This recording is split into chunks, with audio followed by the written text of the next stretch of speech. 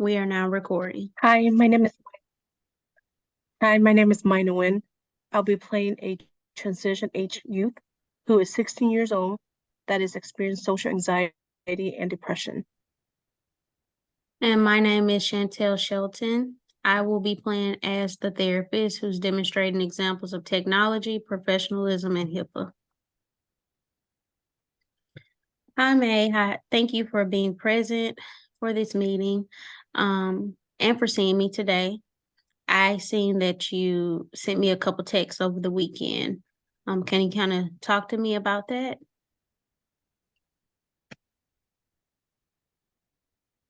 Yes, I've been wanting to text you and talk to you about my symptom and medication, but you were not replying to my text.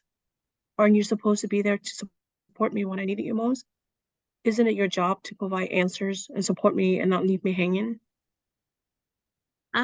Yes, as your therapist, it is my job to support you. However, I understand that you wanted to discuss your medication and your symptoms over text.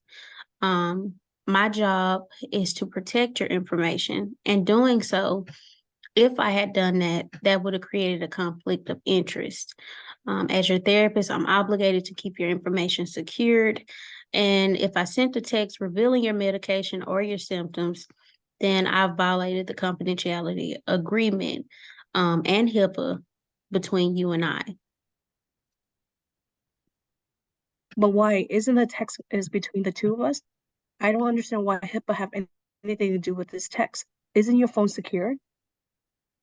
Well, unfortunately, if the phone isn't protected by health information or encrypted, um, it's not secured.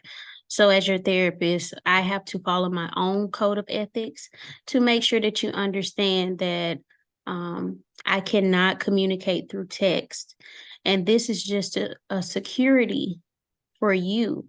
And I can give you an example. If I had lost my phone over the weekend and you text and we text about your medication and your symptoms and what you're taking it for, and I lost it, that's an exposure. And it's a confidentiality violation. So that person would know who I am, know who you are. And at that moment, everything that you've been taking, they have access to it and they know exactly how to go about, if they wanted to go and get the medication or pursue you, they could. So it's just a protection. It's just a clause that we have to make sure that you're protected at all costs. Do you kind of Okay, I understand? sort of get it. Okay. I sort of get it, but I don't know how the policy applies to me. Okay. Well, I thank you for understanding. And from the text, it does sound like you had a rough and difficult week. Can you kind of talk to me about that? Yes, my week was challenging. A hard time of getting out of my room. I know we came up with a couple activity for me to do over the weekend, but I don't have the motivation to get up and follow through. All I have been doing is eating, sleeping, and then going back to bed. On average, I slept about 12 to 14 hours. No. It's unfortunate that you had a difficult week and you appear that you are well rested. But I'm hearing signs of feeling hopelessness and lack of motivation. And yes, we discussed trying new, exciting activities. Um, I gave you a task to try something new. Um, I do want to know if you're losing interest in your previously enjoyed activities and and that's kind of increasing your need for sleep. What has changed since the last session? Well, nothing much. It's just when I look at my peers, I'm just envious of them, how they're so carefree and happy. But for me, every time I want to try to do something new or something just to boost up my morality or, my daily activities, these negative thoughts just keep running through my heads, making me feel like I'm a loser or doubt any of my decision. So then I just like, what's the whole point? of even trying anything that you suggested. Then I just go back to bed. And do you have any suggestion for me?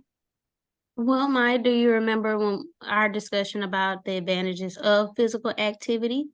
Endurance can help increase endorphins, which promotes energy and a healthy mindset. Um, our mission is to motivate yourself. You can go for a walk, you can listen to music or your favorite artist, you can practice deep breathing, positive affirmations. Um, and you can also use that to write in your journal. Have you been trying those lately? I mean, I have tried all of that. Mind you, all of my previous therapists suggested that. I have tried taking a short walk, listen to music, practice deep breathing, and journal. But that doesn't work for me. Gosh, I'm starting to question whether you're a real therapist. It seems like you don't know what you're talking about. I apologize for your feelings. My only intention is to assist you in achieving the objectives that we discussed previously. However, based on your previous meeting, we talked about the approach that can help you feel comfortable and, and accountable to motivate yourself. You have to do these physical activities as you desired in order for you to promote, a healthy and positive mindset. Is there something, far as that you're not considering doing anymore?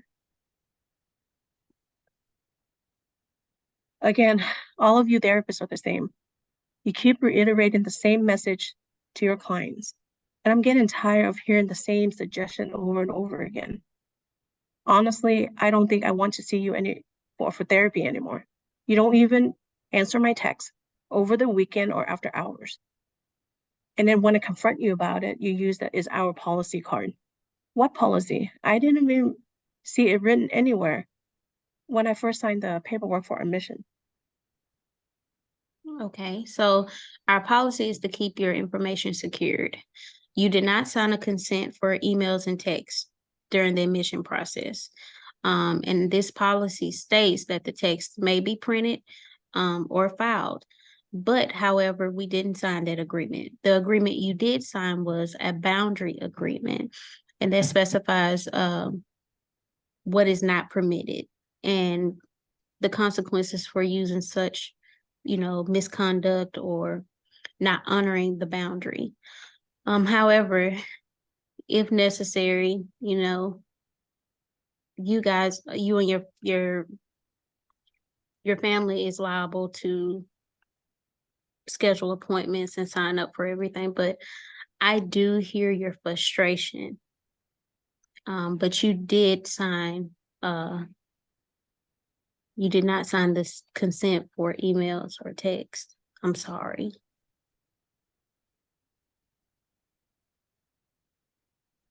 Yes, I did sign the consent form, email and text. But all of my previous therapists has been so flexible with me. They reply to my texts and discuss my symptom management with me after hours and on the weekend. It's just you that's so picky about it. I'm not sure what you're trying to do. Are you even trying to help me? Like, try to meet me halfway. Okay. Well, I feel as though, and this is where we come in with I statements that we talked about previously. My mission is to assist you in navigating this journey and treating you with the utmost respect. My job as a therapist is to make sure that your privacy is protected. And sending messages without a consent is something that we cannot do. Although my practice, I want my clients to feel hopeful and confident in discussing with me and feeling secure. Throughout this agreement, I do want you to take accountability, because at this moment, I need you to recognize that that boundary agreement was in place for circumstances like this.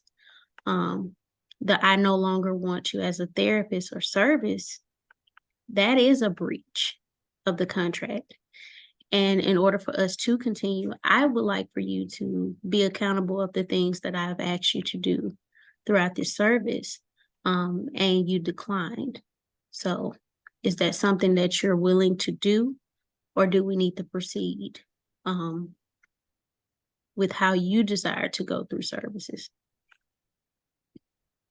You know what? I'm done with you. You're fired. I'm gonna file a grievance against you and your company to the county. I'm sorry you feel that way, Miss May.